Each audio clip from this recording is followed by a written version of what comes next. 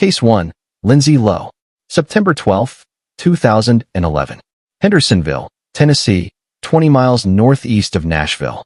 There are crimes that shock a community. And then there are crimes that fundamentally alter the way an entire state thinks about grief, secrecy, and the pressures that can push a human being toward the unthinkable. The case of Lindsay Lowe belongs firmly in the second category. It is a case that gripped the Nashville metropolitan area from the moment it broke, and that continues to wind its way through the Tennessee court system more than a decade later. It is a case rooted in silence, in the kind of silence that is maintained not out of strength, but out of fear. Fear of judgment, fear of disappointment, and ultimately, a silence that cost two tiny lives before they ever had the chance to draw a proper breath. Lindsay Lowe was, by every outward appearance, a young woman living a relatively ordinary life in one of Nashville's most comfortable suburbs. Hendersonville, Tennessee, sits in Sumner County on the northern shores of Old Hickory Lake. It is the kind of place where neighbors know each other's names, where church attendance is high, and where families build their lives in quiet cul-de-sacs with well-kept lawns and the unspoken assumption that tragedy happens somewhere else. Lindsay was 24 years old in the summer of 2011. She was engaged to be married. She was surrounded by family. And she was keeping a secret that would ultimately destroy the life she had so carefully constructed around herself. What investigators would later piece together, through weeks of careful forensic work and a series of deeply troubling revelations, was that Lindsay Lowe had become pregnant, not by her fiancé, but by another man. According to court documents and the testimony that would emerge during her 2013 trial, Lindsay had been involved in an affair, and when she discovered she was pregnant, she made the devastating decision to conceal the pregnancy entirely. From everyone. From her fiancé. From her parents. From her sister. From her friends. And according to testimony from her own sister, Lacey, who stood at the front of a wedding party with Lindsay just days before the birth, no one had any visible reason to suspect she was expecting a child at all, let alone two. The evening of September 12, 2011, began and ended inside the family home in the Mansker Farm subdivision in Hendersonville. Lindsay Lowe's parents were present in the house. The home was quiet, and in the early hours of that night, Lindsay Lowe went to the bathroom alone and gave birth to twin boys, by herself, without medical assistance, on the bathroom floor. According to the videotaped confession she later gave to Hendersonville Police Detective Steve Mellock, a confession that would become the central and most devastating piece of evidence at her trial, Lindsay said that both boys were born alive. And according to her own words, as she sat in that bathroom overwhelmed, terrified, and desperate for no one in the house to hear what was happening, she placed her hand over the mouth of each child until each one stopped making noise. She then wrapped the boys in towels. She placed them in a laundry basket in her bedroom. And she said nothing. For 2 days, the bodies of those two infant boys remained in that laundry basket in Lindsay Lowe's bedroom, while the rest of the household went about its routines, completely unaware of what had transpired just feet away. It was Lindsay's father, Mark Lowe, who made the discovery. According to reports from the Hendersonville Police Department, Mark Lowe found the body of the first infant in the laundry basket in his daughter's bedroom and immediately contacted law enforcement. When Hendersonville police officers arrived and began their investigation, they found the second child's body beneath a bloody sheet in the same basket. The scene that investigators encountered that day was one that no amount of professional training could fully prepare a person for. The remains of two newborn boys, hidden away, their entire existence concealed from the very family that lived and slept within the same walls. Lindsay Lowe was taken in for questioning almost immediately, and what followed was the kind of interrogation that would define the trajectory of the entire case. Detective Steve Mallock conducted a videotaped interview with Lindsay, and during that interview, she provided a detailed account of what had happened in that bathroom. She described giving birth alone. She described her state of mind, the panic, the desperation, the terror of being discovered. She described covering each child's mouth. She described what she felt, and she described doing it once, and then a second time. The videotape confession was later broadcast by Nashville news stations during her trial, and the impact it had on viewers, and on the jury, was immense. During the investigation that followed, prosecutors and detectives built a case that was both straightforward in its facts and extraordinarily complex in its emotional dimensions. The prosecution argued clearly and consistently that Lindsay Lowe had acted with premeditation, that the concealment of the pregnancy itself demonstrated a degree of deliberate planning, and that the decision made in that bathroom was not an impulsive reaction but the culmination of months of calculated secrecy.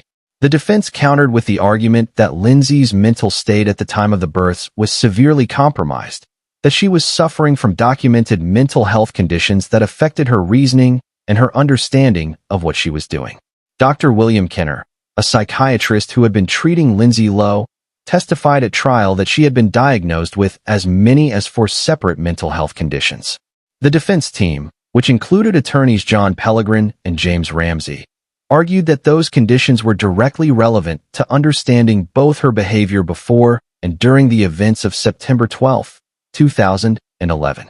The judge, however, did not allow Dr. Kenner to testify about how Lindsay's mental state may have affected her ability to understand and consent to the police interview, a decision that would later become a central element in subsequent appeals.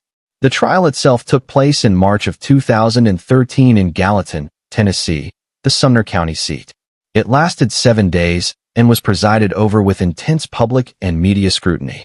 Nashville news stations covered proceedings closely, and the gallery of the Sumner County Courthouse was packed throughout. Lindsay Lowe, who carried a Bible throughout much of the proceedings and who was described by observers as frequently emotional, did not take the stand in her own defense. She told the judge, fighting back tears, that she did not feel she could emotionally manage testifying. Her father, Mark Lowe, and her sister, Lacey, both took the stand on her behalf. Both testified to their complete ignorance of her pregnancy. Both said they had no idea. And both delivered their testimony with the visible weight of people who had been living through something incomprehensible. On March 20, 2013, the jury of 7 men and 5 women returned their verdict. They found Lindsay Lowe guilty on 2 counts of first-degree premeditated homicide, 2 counts of felony homicide, and 2 counts of aggravated child abuse. The sentence was handed down immediately by the presiding judge: life in prison. The moment the verdict was read, Lindsay Lowe did not break down. According to reporters present in the courtroom, she turned to look at her sobbing family members and said softly, "I'm okay." She was then taken into custody. The Tennessee Court of Criminal Appeals upheld her convictions and sentences in 2016. The Tennessee Supreme Court denied her appeal in 2018. She also filed a petition for a writ of certiorari with the United States Supreme Court, which was also denied. But the case did not end there. In October of 2022, after Lindsay had served nearly a decade of her sentence, Sumner County Criminal Court Judge D. David Gay granted a new trial following a 3.5-day evidentiary hearing on a petition for post-conviction relief filed by Nashville attorney Kim Hott. The petition centered on 2 key arguments. First, that a juror, identified in court documents as Juror 17, had demonstrated bias during jury selection by stating in a pretrial questionnaire that she already believed Lindsay Lowe was guilty based on news coverage. And second, that Lindsay's original trial attorneys had provided ineffective counsel, particularly in relation to the handling of Dr. Kenner's psychiatric testimony. Judge Gay focused heavily on Juror 17, a Hendersonville woman who had answered on her questionnaire that she believed Lindsay had lied and taken the lives of her 2 newborns, but who had also claimed during voir dire that she could set that opinion aside and reach a fair verdict. The judge found this inconsistency troubling enough to warrant granting the new trial. Lindsay Lowe was released from the Tennessee Prison for Women in Nashville and ordered to live with her parents, who had since relocated to Rutherford County, while awaiting the new proceedings. She began working as a personal assistant for an interior designer and was reporting regularly to community corrections. However, the Tennessee Court of Criminal Appeals was not finished. In June of 2024, the appellate court reversed Judge Gay's decision and ordered Lindsay Lowe back to prison. The appeals court reinstated her original convictions and her life sentence. As of the most recent reporting, Lindsay Lowe, now 37 years old, is back behind bars, serving the sentence that a Sumner County jury handed down on a cold March afternoon in 2013. 2 little boys who never received names. 2 lives that lasted only minutes. and a community that is still, more than a decade later, processing the layers of what happened on a quiet night in Hendersonville. The case of Lindsay Lowe is a sobering reminder that suffering in silence, no matter how deeply it is felt or how desperately it is maintained, can have consequences that extend far beyond the person who chooses that silence. There were resources available. There were people in that house who loved Lindsay Lowe. And there were 2 children who deserved the chance to meet the world. If you or someone you know is facing an unplanned pregnancy and feels trapped or without options, please know that help is available. Reach out to a local crisis pregnancy center, a licensed counselor, or the National Hope Line at 1-800-SUICIDE for mental health support. No one should ever feel that the only option left is the one that cannot be undone. Justice, in this case, was ultimately served, even if the road to it was long, complicated, and paved with heartbreak on all sides. If this case moved you, if it made you think, or if you believe stories like this deserve to be told, please take a moment right now to like this video and subscribe to Cold Case Time. Every like and every subscription tells YouTube that this kind of responsible, respectful, true crime content matters. Hit that subscribe button and ring the notification bell so you never miss another case. We do this for the victims, and we do it for you. Case 2, Megan Boswell. December of 2019. Sullivan County, Tennessee, in the northeastern corner of the state, near the Virginia border. There are cases in true crime that become cultural touchstones. Cases so widely followed, so emotionally charged, and so deeply puzzling in their human dimensions that they transcend their local geography and become national conversations. The case of Megan Boswell and her daughter Evelyn is unquestionably one of those cases.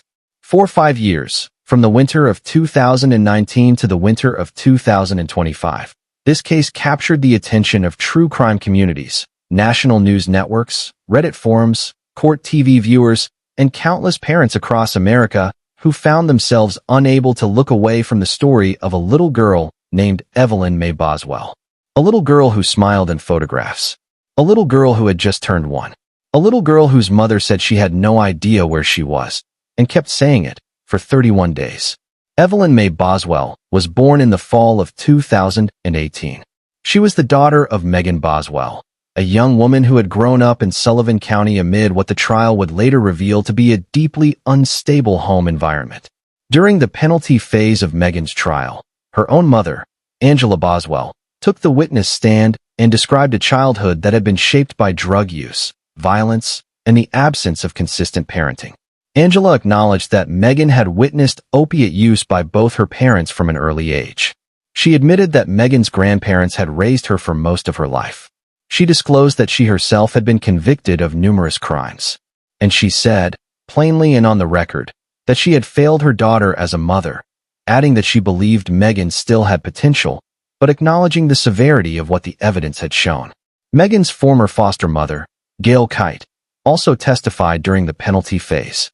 Kite described Megan's condition when she entered foster care, severely malnourished, with hair so matted that a comb could not be run through it, dealing with lice that took weeks to address, and carrying intake paperwork that referenced trauma. Kite said Megan was 17 years old, pregnant, and frightened. She also said that, despite all of that, Megan was not a problem student and would complete her schoolwork without being asked. The picture that emerged from these testimonies was of a young woman who had never had a reliable foundation, who had been let down repeatedly by the systems and people around her from the very beginning of her life. None of this, the prosecution made clear, explained, or excused what happened to Evelyn. According to the evidence presented over the course of an 11-day trial in Sullivan County in February of 2025, Evelyn Mae Boswell was last seen alive shortly after her first birthday, in December of 2019. She was 15 months old. What followed those final days of her life was a period of concealment so calculated, so sustained, and so coldly executed that even seasoned investigators described it as shocking. Megan Boswell, according to prosecutors, placed Evelyn's body inside a kitchen trash can and then concealed that trash can inside a playhouse on her family's property, the very playhouse where Megan herself had played as a child. And then she said nothing. For weeks, 31 days, to be precise, Megan Boswell told anyone who asked that Evelyn was fine. She was with her father, she said at first. Her father was stationed with the Army in Louisiana. Then she changed the story. Evelyn was with her mother, she said, at a campground in Virginia. Investigators traveled to Virginia. There was no sign of Evelyn anywhere. Throughout this period, Megan continued going about her life. She went on trips. She made plans. She did not report her daughter missing. She did not call for help. And according to digital evidence introduced at trial, text messages and Facebook messages presented by the prosecution, she was actively constructing and maintaining a narrative designed to keep investigators away from the truth for as long as possible. It was investigators who finally made the report. In February of 2020, authorities launched a weeks-long Amber Alert search for baby Evelyn. The case exploded into national consciousness almost immediately.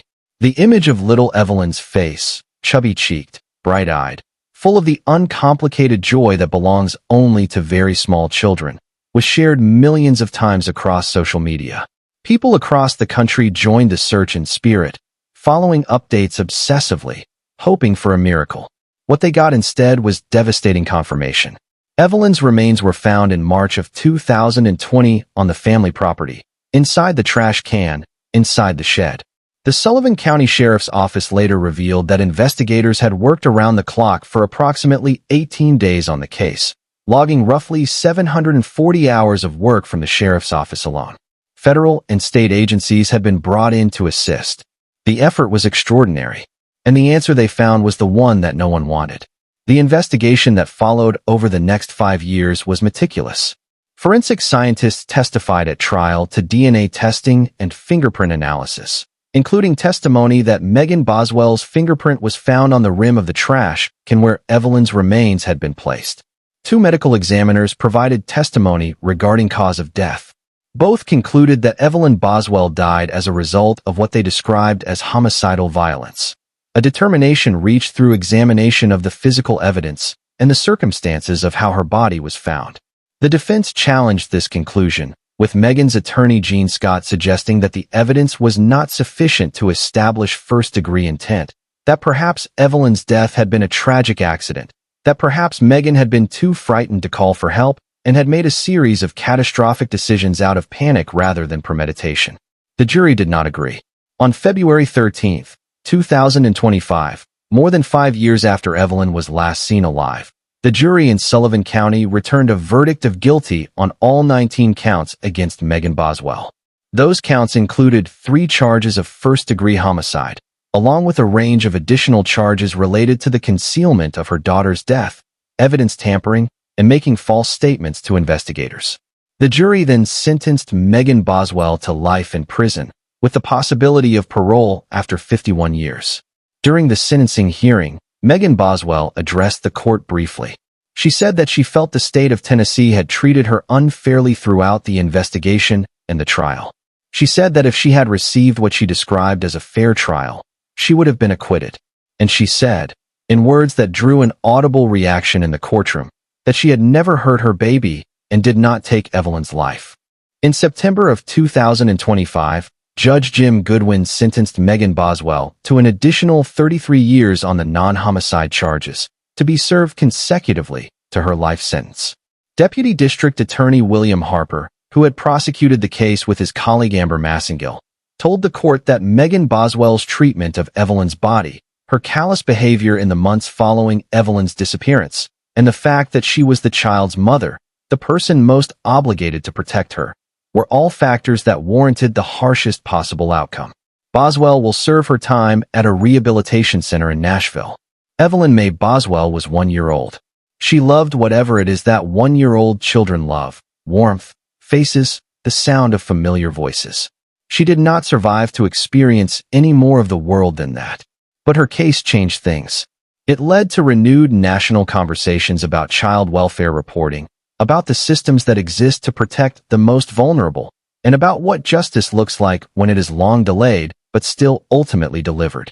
Every single day that Evelyn's case remained unresolved, there were families, investigators, and advocates who refused to let her be forgotten. And in February of 2025, a jury of her peers, ordinary men and women of Sullivan County, looked at the evidence and made sure that her life was counted.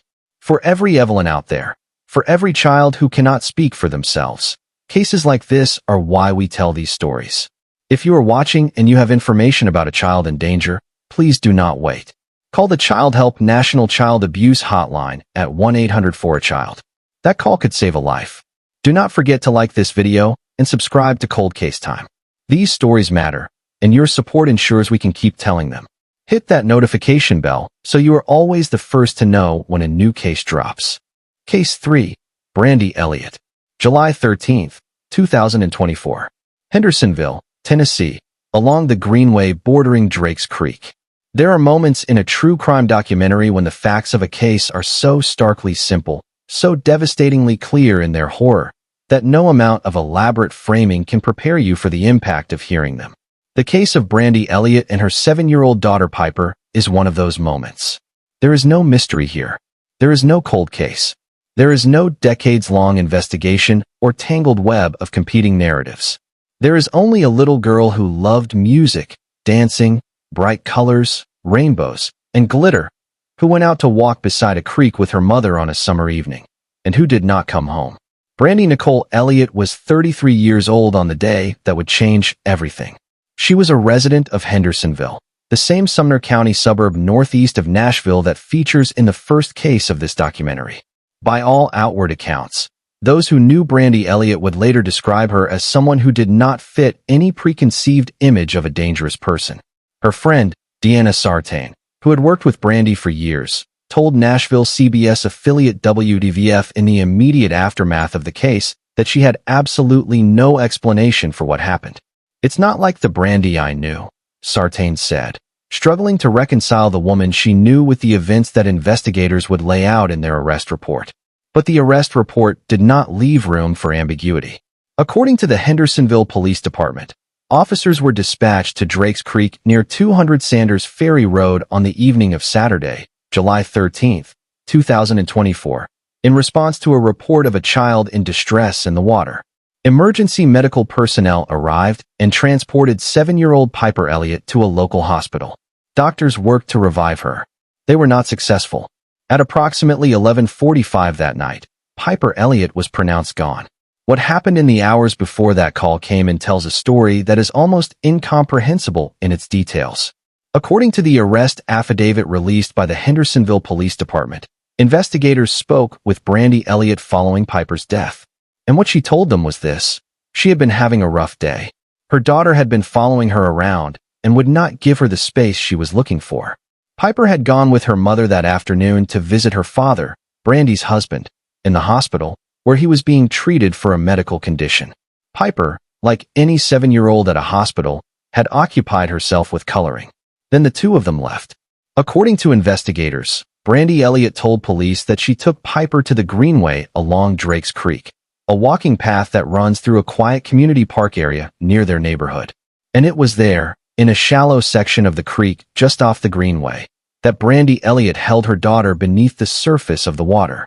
She later told investigators, in language that has since been widely reported across national and regional news platforms, that she held Piper underwater, and she used a specific phrase to describe the manner in which she did so.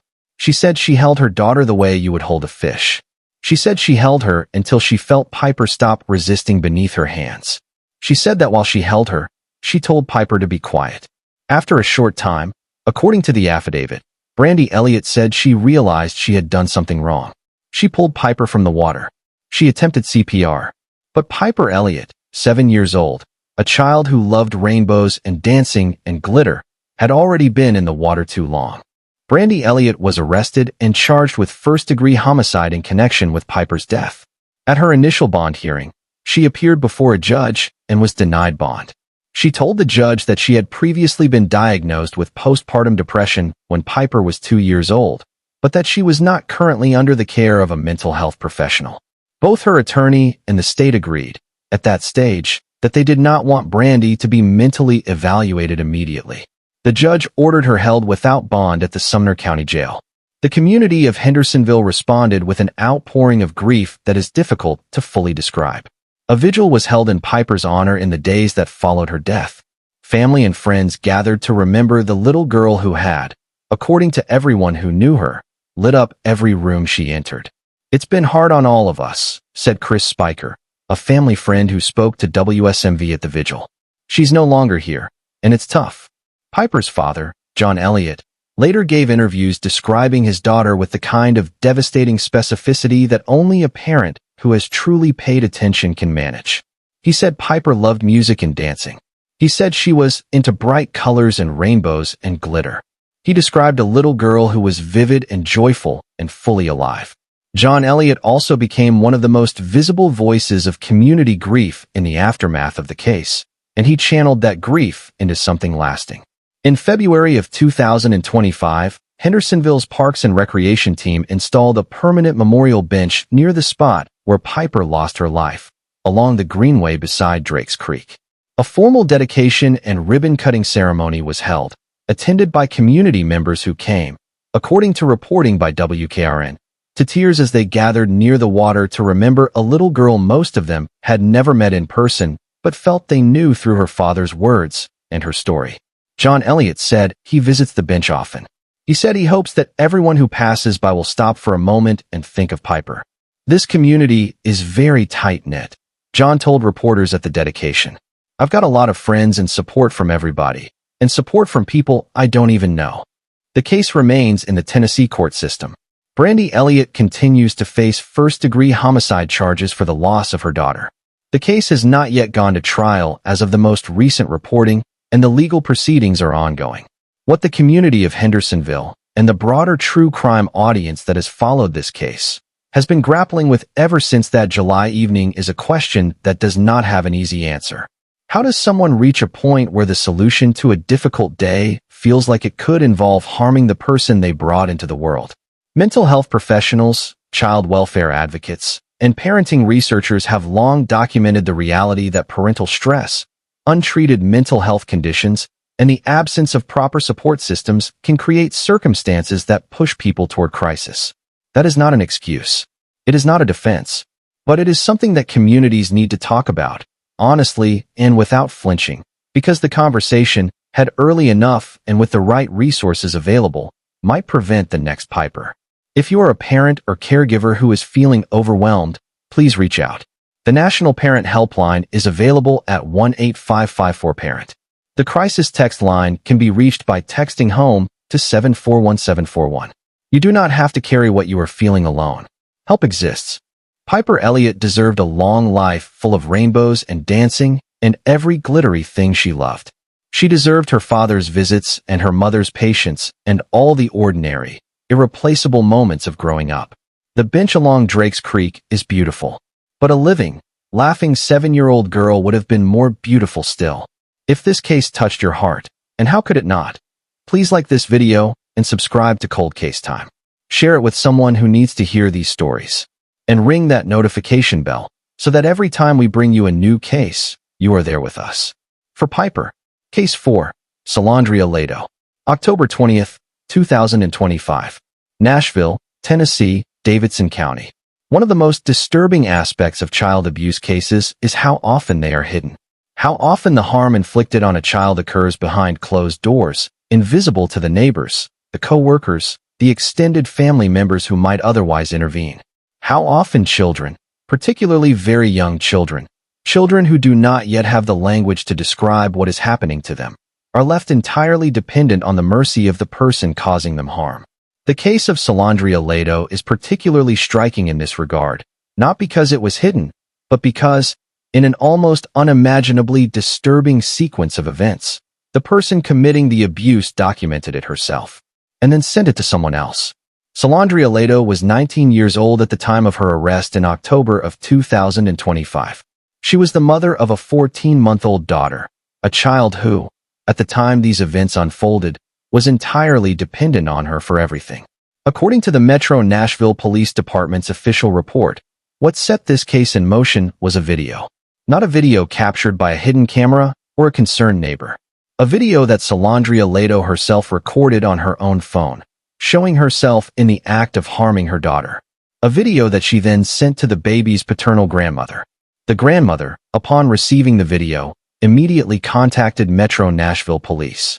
According to the arrest affidavit, which was widely reported by Fox 17, WSMV, and News Channel 5. The video showed Salandria Leto verbally abusing her 14-month-old daughter, yelling profanities at the child, and physically striking the infant approximately 9 times on the stomach and legs.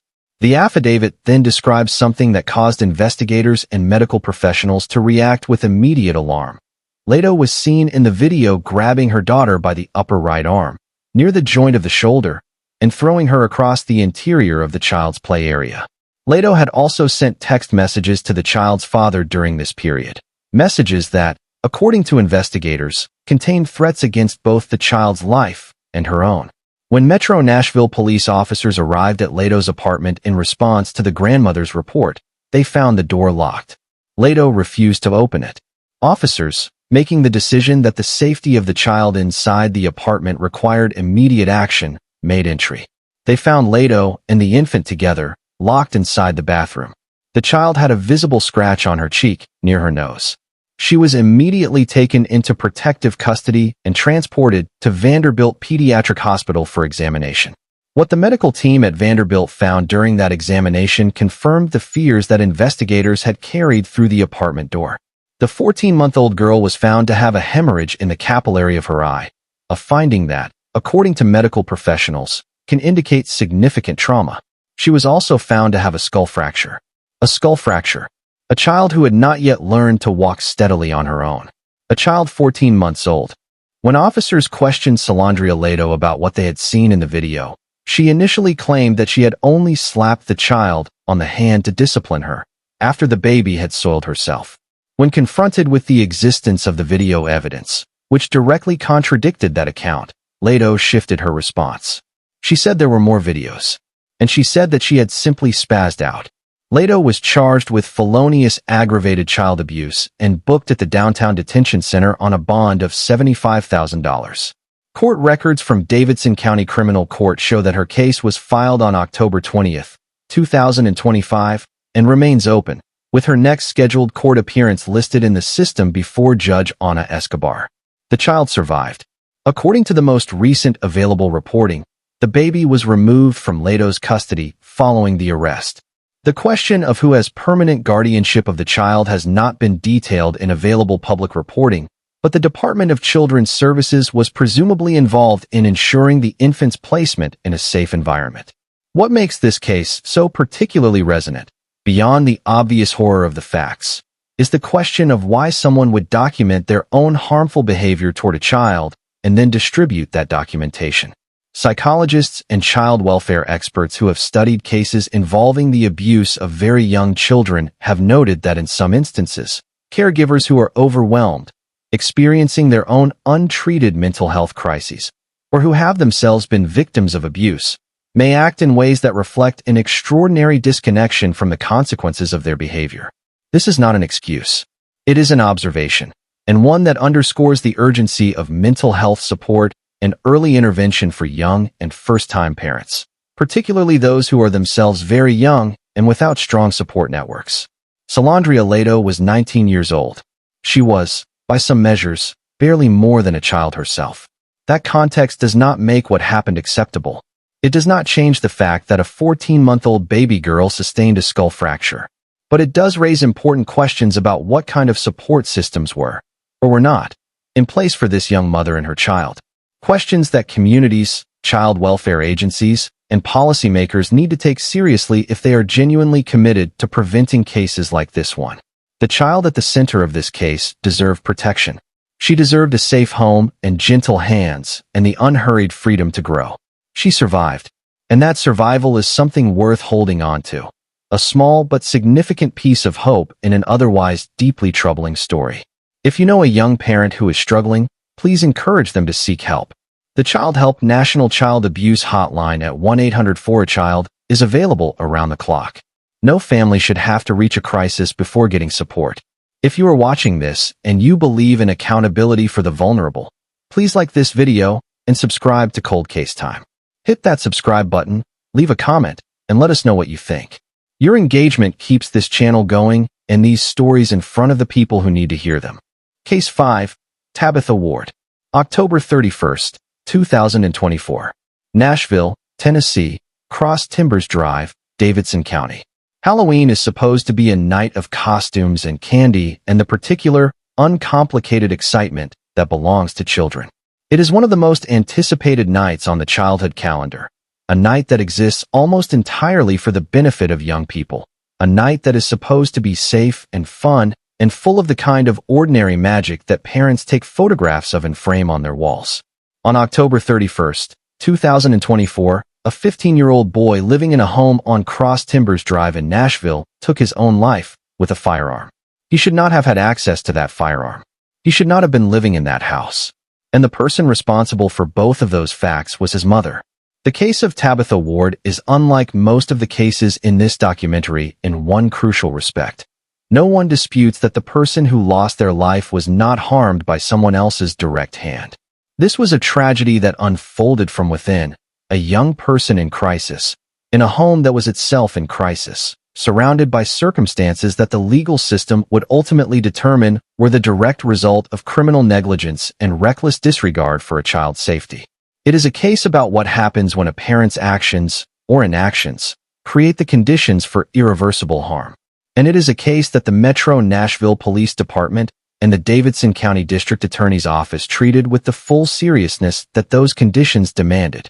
Tabitha Ward was 34 years old at the time of her son's death. She had two sons, the 15-year-old who died on Halloween and his younger brother, who was 14 at the time. According to the Metro Nashville Police Department, Ward had lost custody of both boys in May of 2024.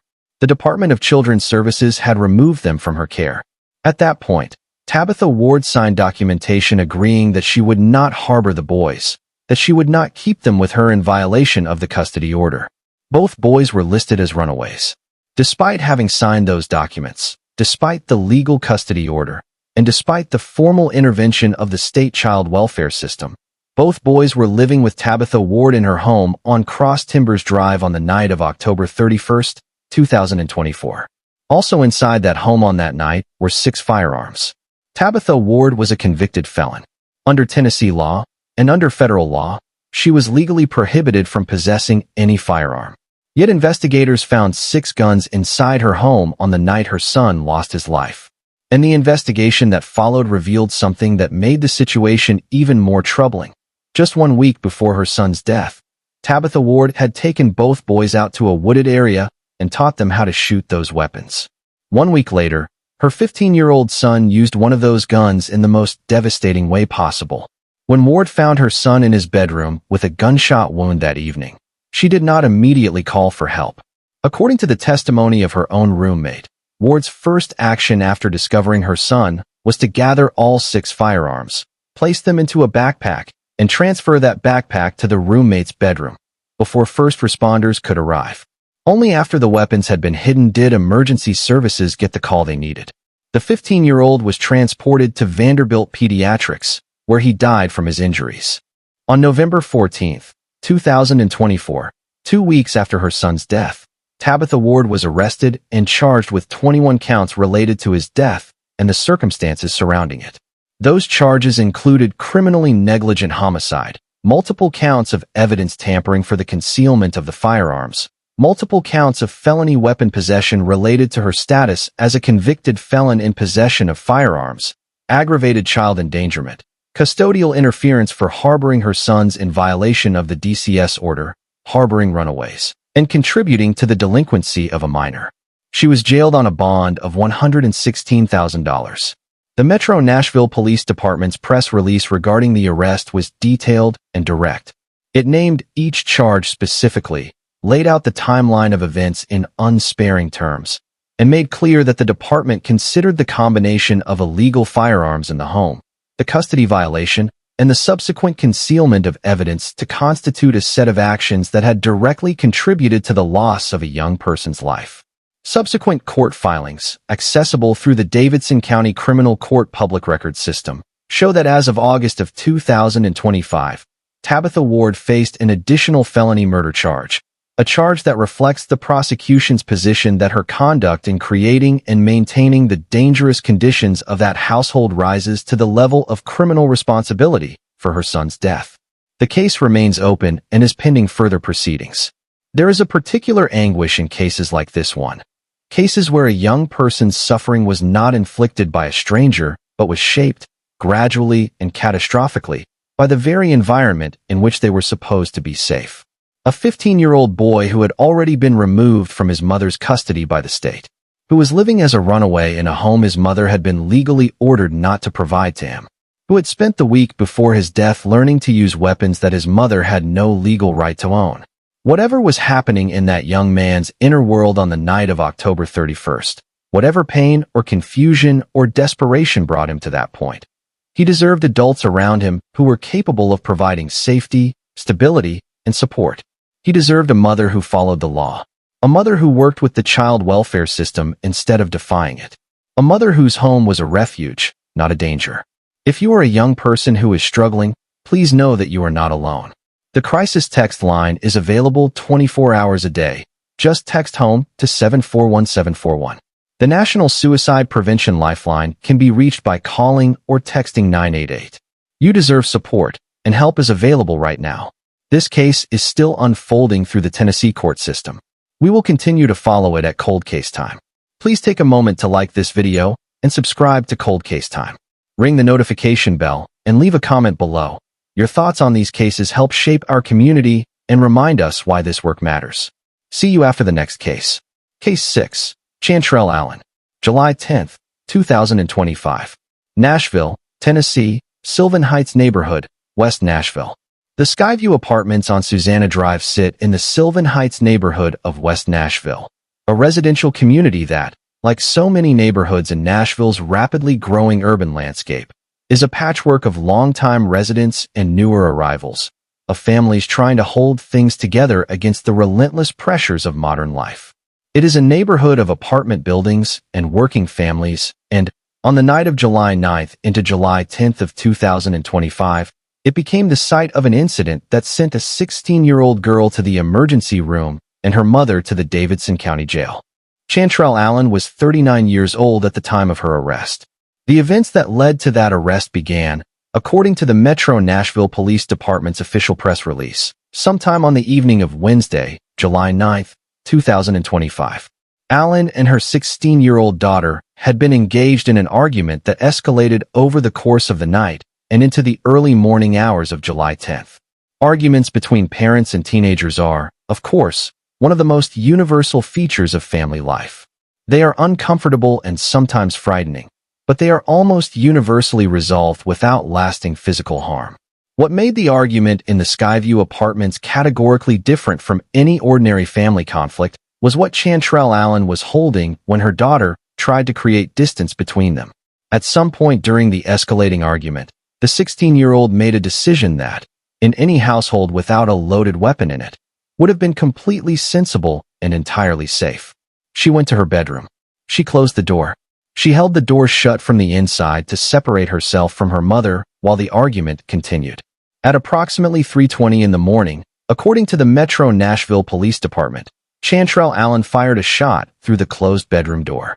The bullet passed through the door and struck her daughter in the left hand. Chantrell Allen's case is scheduled for further proceedings in the Davidson County Criminal Court. The outcome of those proceedings will determine whether and how accountability is delivered in this case. Accountability matters, not just in courtrooms, but in communities, in the conversations we have about what it means to carry a firearm responsibly, about what it means to seek help when substance use is affecting your ability to parent safely, and about the resources that exist for families in crisis before those crises reach the point of no return. If you or your family are in a situation involving domestic conflict, substance use, and concern for a child's safety, please contact the Tennessee Department of Children's Services at 1-877-542-093 or call the Child Help National Child Abuse Hotline at 1-800-4-A-CHILD. Please like this video, leave a comment, and subscribe to Cold Case Time. Your support means everything to this channel and to the mission of telling these stories with the care they deserve. Hit that bell and stay with us. There are 4 more cases still to come. Case 7, Shalonda Weems. March 3, 2005, with charges filed 10 years later, in 2015. Nashville, Tennessee, Davidson County. Not every case of harm against a child announces itself with a dramatic confrontation or an act of sudden violence. Some of the most profound failures of parental care are silent. They accumulate over days, weeks, months, invisible to the outside world, unknown to neighbors, undetected by systems that are supposed to be watching. They are measured not in moments of action, but in the terrible, sustained absence of the most basic things a living creature requires to survive. The case of Shalonda Weems and her 6-month-old daughter Karimin is, at its core, a case about absence. About what it means for a baby to go without the most fundamental of human needs. And about the extraordinary lengths that the Tennessee justice system ultimately went to in order to hold someone accountable for that absence, even a decade after the fact. On the morning of March 3, 2005, Shalonda Weems discovered her 6-month-old daughter, Karimin, barely breathing and turning blue in her crib. She called for emergency help, and Karimin was transported to Vanderbilt University Medical Center in Nashville. The infant was pronounced gone at the hospital. The autopsy that followed was conducted with the kind of thoroughness that is brought to any sudden, unexplained death of a child. And what the medical examiner found during that autopsy was stark and unambiguous in its implications. According to court documents reviewed by the Tennessee Supreme Court and detailed in the court's 2021 opinion, the primary cause of Karimin's death was severe dehydration and chronic malnutrition. The medical examiner's findings showed that there was almost no food or waste found in the infant's stomach or intestinal tract. Additional physical indicators of severe, prolonged dehydration and malnutrition were documented. The conditions present in Karimin's body at the time of her death were described as chronic, meaning they had developed over a period of time, not as the result of a single event or a sudden illness. The circumstances of her death were ruled a homicide. Shalonda Weems, when interviewed by investigators at the time, maintained consistently that she had been feeding her daughter, that she had not withheld food or failed to care for the child.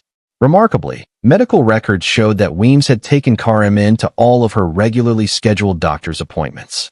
This detail, which the defense would later use to argue that Weems could not have been knowingly neglecting her daughter, became a central point of contention in the subsequent legal proceedings. How? The argument went, could a mother who was taking her child to every scheduled pediatric appointment also be the mother of a child who died of chronic starvation? The answer, according to the prosecution and ultimately the Tennessee Supreme Court, lay in the distinction between outward performance of parental duty and the reality of what was or was not happening inside the home. For reasons that have not been fully explained in the public record, the case was not prosecuted immediately after Karimin's death in 2005. It sat. For years, the case remained unresolved while Shalonda Weems continued her life. Then, in June of 2015, 10 years after Karimin took her last breath in that crib, investigators and prosecutors in Davidson County filed formal charges. Shalonda Weems was indicted on 2 counts, felony homicide and aggravated child neglect. The trial that followed was a complex and legally significant proceeding. The jury heard testimony from the medical examiner, who described in clinical detail the findings of the autopsy and the conclusion that the infant's death was the result of a chronic, sustained failure of nutrition and hydration.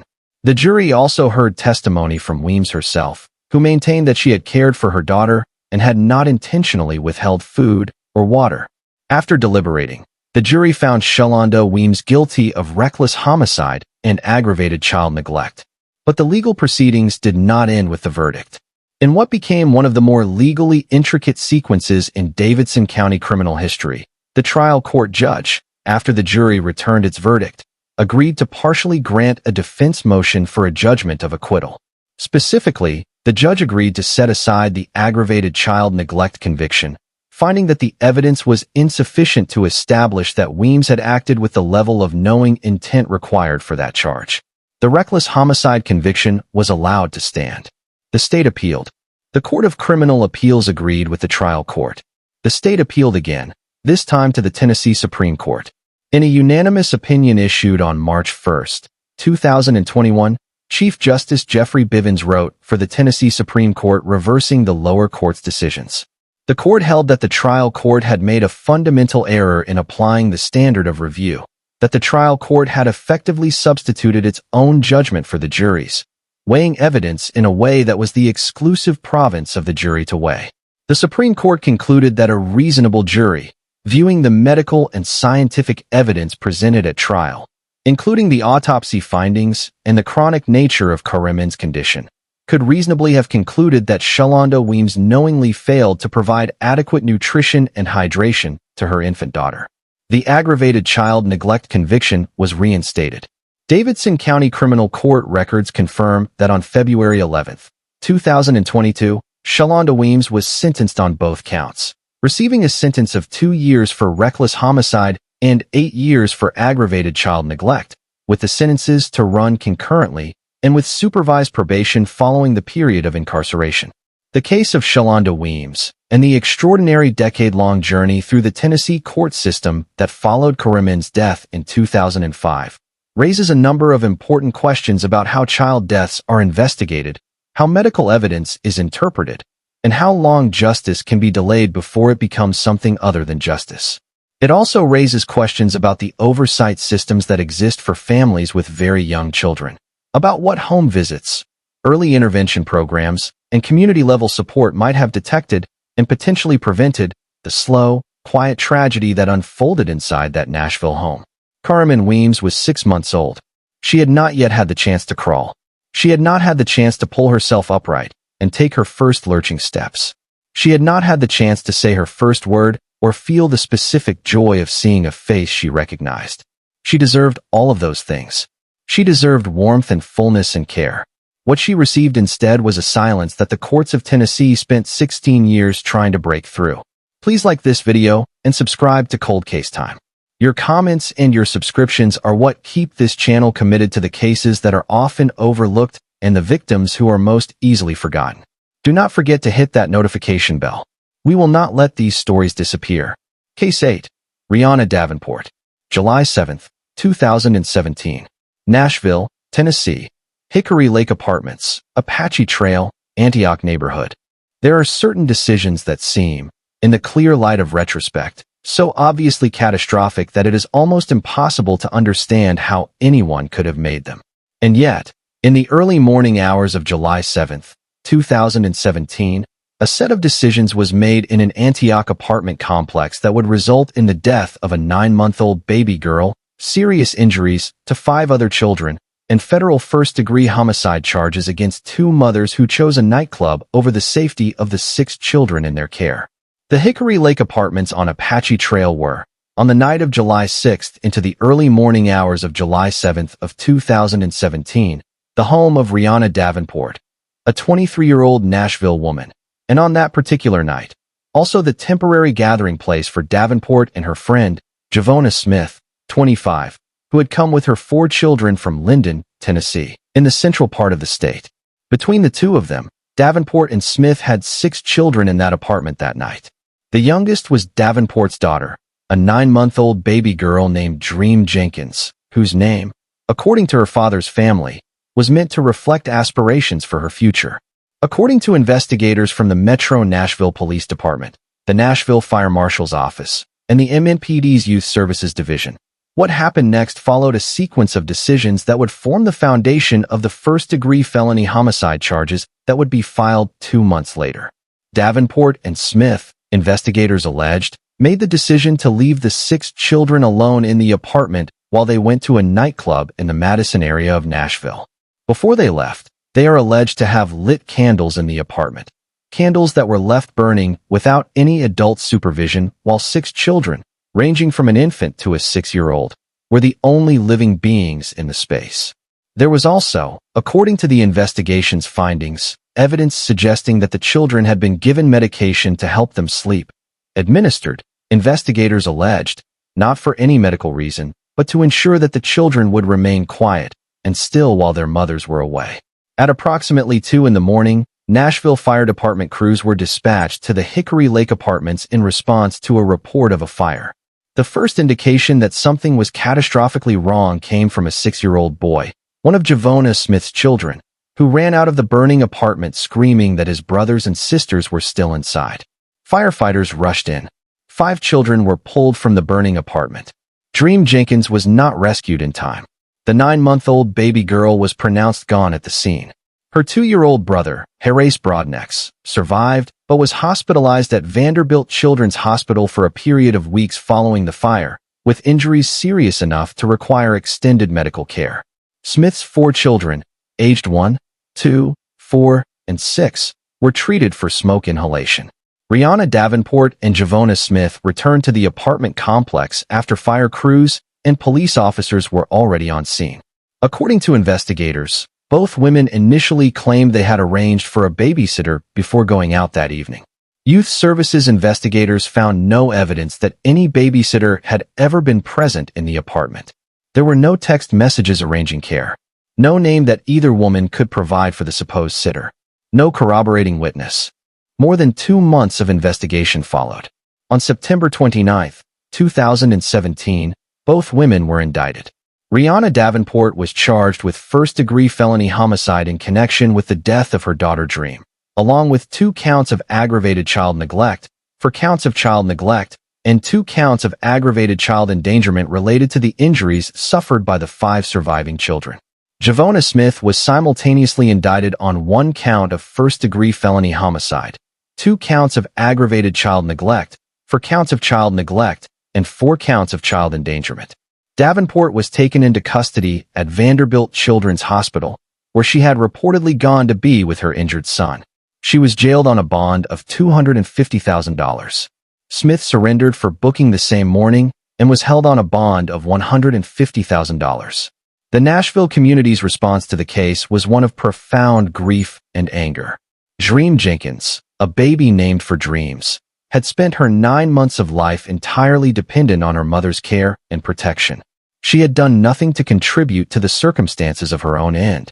She had simply been left alone in an apartment with a burning candle and no adult capable of carrying her out when the walls started burning around her. The 6-year-old boy who ran out of that apartment screaming for his siblings is the image that stays with you in this case. A 6-year-old child, waking to smoke and heat and the terror of a situation that no child should ever face, doing the only thing he could think to do, running for help and screaming for someone to save the people he loved. He was 6 years old, and he was braver in that moment than the adults who had put him in that position ever had any right to ask him to be. The case of Rihanna Davenport is a case about the most fundamental obligation of parenthood, the obligation to ensure that your child is physically safe in your absence. There are circumstances in life that make that obligation difficult.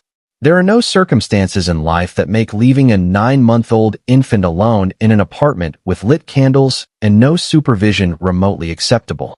Dream Jenkins deserved her dreams. She deserved the chance to grow into the name her family gave her. The courts of Tennessee were tasked with ensuring that the circumstances of her death were answered with the full weight of the law. If you are concerned about a child's welfare in your community, please contact the Tennessee Department of Children's Services by calling 1-877-542-093. Do not assume someone else will make the call. Sometimes, you are the only one who will. Like this video, subscribe to Cold Case Time, and share this story with your network. Dream Jenkins was a child who deserved to be remembered. We are honoring her memory right now, together. Hit that bell, leave a comment, and let us know you are here. Case 9, Priscilla Moto. December 13, 2022. Nashville, Tennessee, Bell Road, South Nashville, Davidson County. A 9-month-old baby cannot tell you she is in pain. She cannot dial a number. She cannot open a door and walk to a neighbor's house.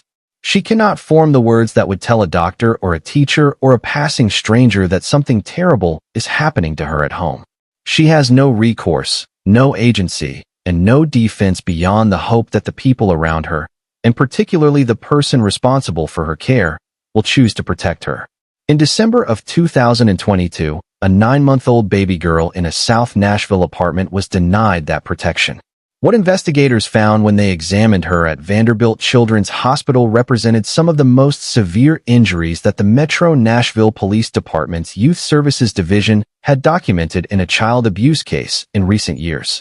The events that brought this case to the attention of law enforcement began on December 13, 2022, when emergency services received a call regarding an unresponsive infant at a Bell Road apartment.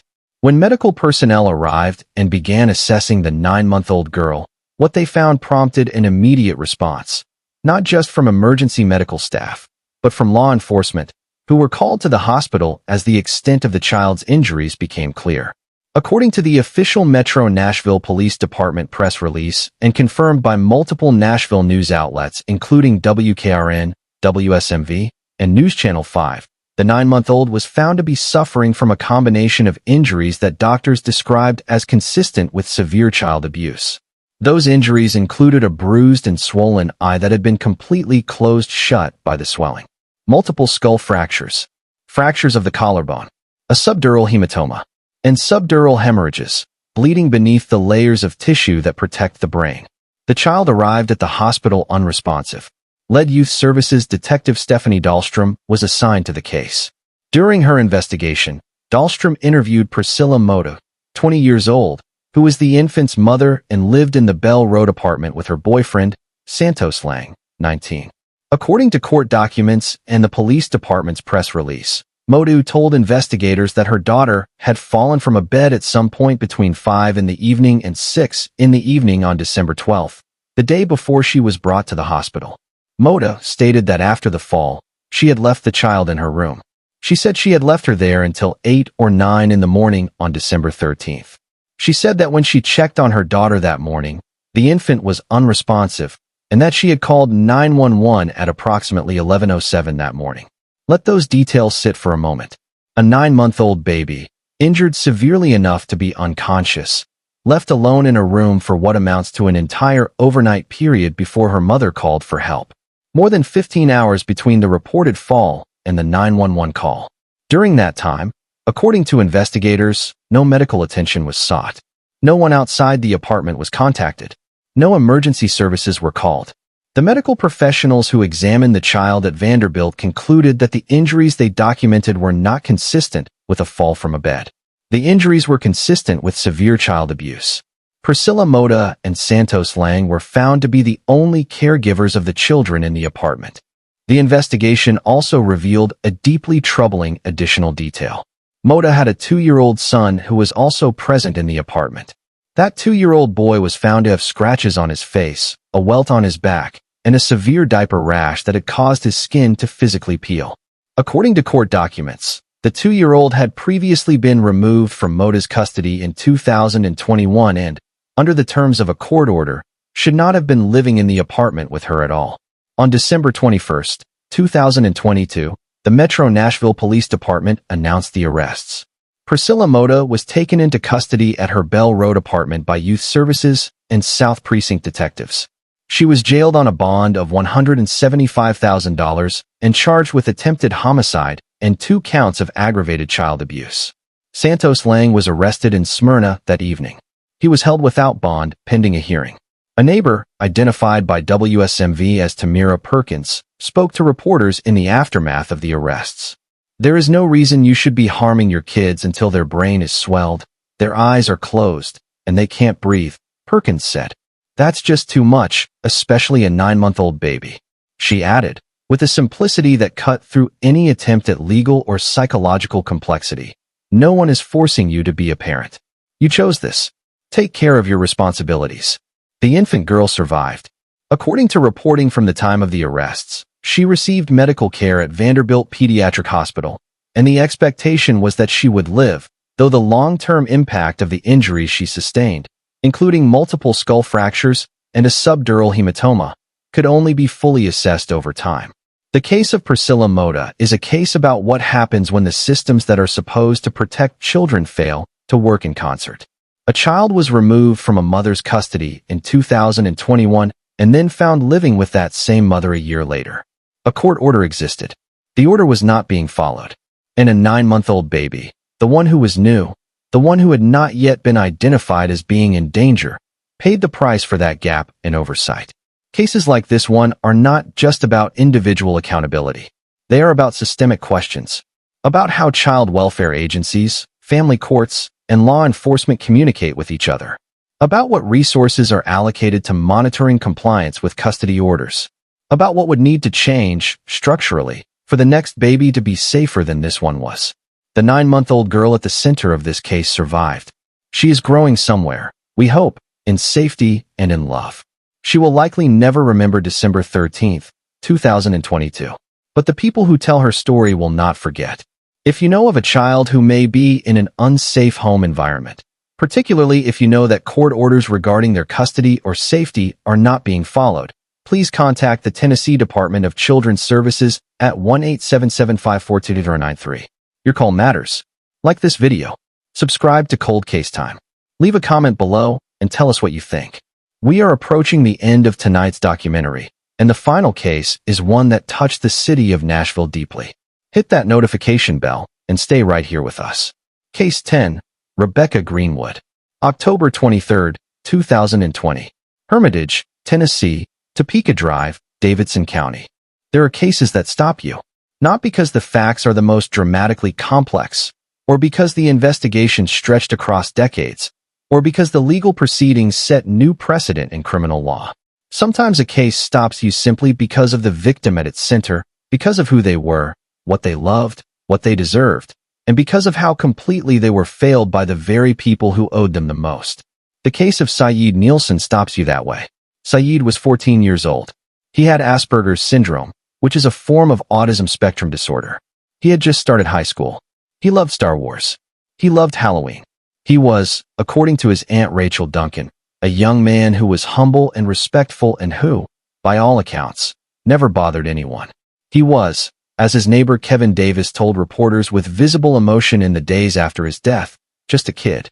Just an intelligent, gentle kid. Saeed Nielsen did not survive to see his 15th birthday. He did not get his first date or his first kiss, as his aunt later told reporters through tears. He was deprived of all of those things, of every ordinary, irreplaceable milestone of growing up, because of what happened inside the home on Topeka Drive in Hermitage in October of 2020. And the person who had the clearest opportunity to prevent what happened, the person who saw it happening and chose to walk away rather than stop it, was his mother. Rebecca Greenwood was 52 years old at the time of her arrest. She lived on Topeka Drive in Hermitage, a Nashville neighborhood on the eastern edge of Davidson County, with her son David Matheny, who was 33, and with Saeed, her 14-year-old son, who had Asperger's syndrome.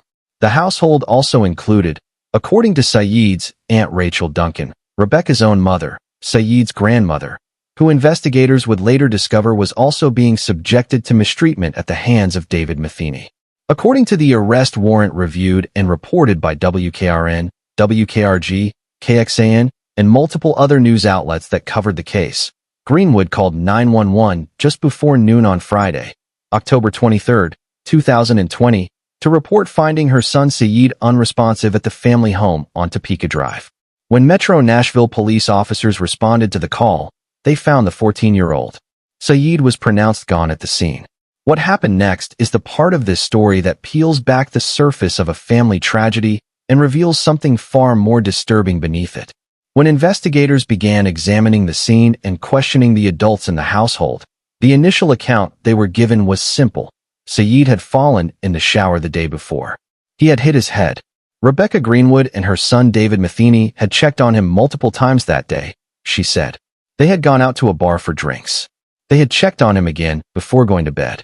And in the morning, she and Matheny had gone to the grocery store to buy cleaning supplies and get fast food. They came back, she said, and found Saeed unresponsive. That was the account Rebecca Greenwood initially provided. A fall, a check-in, a trip to the grocery store, a routine afternoon. But the injuries investigators observed on Saeed Nielsen's body were not consistent with a fall in a shower. They were not consistent with bumping one's head on a tile wall or a bathtub edge. Metro Nashville police detectives looked at what they found, the specific nature and distribution of the physical harm that had come to this 14-year-old boy, and they immediately understood that the account they had been given did not add up. Detectives questioned both Rebecca Greenwood and David Matheny, and under that questioning, the story changed. According to the arrest warrant, Rebecca Greenwood admitted to detectives that she had been present when David Matheny attacked Saeed. She admitted that she had watched as Matheny physically struck the teenager. She admitted that she had watched as Matheny used his feet against Saeed's head. She told investigators that she had told Matheny to stop, and she told them that when he did not immediately stop, she walked away from the room without ensuring that the attack had ended or that her son was safe. She then, according to investigators, helped clean the residence in an attempt to remove evidence of what had occurred. She and Matheny went to a bar. They went to the grocery store. They bought cleaning supplies. And by the time Sayid Nielsen was found and 911 was called, the house had been cleaned and the clock had been running long enough that any chance of intervention, any chance that emergency medical care might have made a difference, had already passed. On Saturday morning, October 24th, 2020, both Rebecca Greenwood and David Matheny were arrested and booked into the Metro Davidson County Jail on charges of criminal homicide. No bond was set for either suspect on the homicide charges. In addition to the homicide charges, Greenwood was charged with child neglect and evidence tampering. Matheny was charged with child abuse and evidence tampering. Sayid's aunt, Rachel Duncan, spoke to reporters in the days following the arrest with a grief and a moral clarity that was devastating to hear. "He didn't deserve any of this," she said. "He's supposed to go on his first date and have his first kiss. He never got any of that, and it's not fair." She described asking Rebecca Greenwood, the most fundamental question a family member can ask in the aftermath of something like this. "Why didn't you protect him? Why didn't you call someone? That's your baby. You should always protect your child." Duncan also described David Matheny, based on her knowledge of the family dynamics, as a narcissistic bully, a domineering kind of personality that always has to have his way, always has to be right, always has to be in control. She said that Rebecca Greenwood was afraid of her older son. She said that her own mother, the grandmother living in the house, was also being subjected to harm at Matheny's hands. The portrait that emerged from Duncan's testimony was of a household in which one person's need for domination and control had slowly, steadily crushed every space of safety for everyone else inside those walls, including Sayid, including the 14-year-old boy who loved Star Wars and Halloween and who had just started high school and who had, according to his neighbor Kevin Davis, never bothered a single person in his life. Davis, who lived near the family on Topeka Drive, spoke to WKRN reporters in the immediate aftermath of Sayid's death, struggling visibly to find words for the depth of his sorrow. "He was very respectful, and this really hurts everyone in this neighborhood," Davis said. "From here to here. We cried. That little boy didn't bother anyone. He was very intelligent. He was an autistic child, but very humble and respectful. Plans were made in the neighborhood for a vigil in Sayid's memory. People who lived near him came together because he had deserved better from the people inside his own home, and they wanted him to know, in whatever way the living can communicate that kind of thing to those who have already left, that they had seen him, that they had noticed him, that they were grieving him." The case of Rebecca Greenwood represents a type of failure that is among the hardest to fully quantify. Not the failure of sudden violence or impulsive catastrophe, but the failure of sustained, deliberate inaction. The failure to stand between a vulnerable child and the person harming him. The failure to call for help. The failure to choose her son over her own discomfort or her own fear. Sayid Nielsen had Asperger's syndrome. He was, by definition, a young person who navigated the world differently, who may have had additional challenges in recognizing and responding to social danger, in articulating his distress to people outside the home, in accessing the networks of support that might otherwise have intervened. His vulnerability was compounded by his diagnosis, and the person responsible for managing that vulnerability, for buffering him from the aspects of the world he was least equipped to handle, was the same person who stood in a room and watched him being hurt and then walked away. Rebecca Greenwood's case, and David Matheny's case, continued to move through the Davidson County court system following their arrests in October of 2020. The full disposition of both cases has not been comprehensively detailed in available public reporting, and proceedings have continued over the subsequent years. What is not in dispute is this: Sayid Nielsen was a child. He was living with a disability that made the world more challenging for him to navigate. He loved the things that 14-year-old boys love. He was, by every account from people who actually knew him, a kind and gentle young person who had done absolutely nothing to earn the fate that found him in that house on Topeka Drive. He deserved a mother who protected him. He deserved a home that was safe. He deserved the chance to find out who he was going to become, to have his first date and his first kiss and all the ordinary, miraculous experiences of growing up that his Aunt Rachel Duncan grieved for him, because he never got to have them. Justice, in this case, as in every case we have examined tonight, is not just a legal outcome. Justice is the act of looking at what happened and refusing to look away.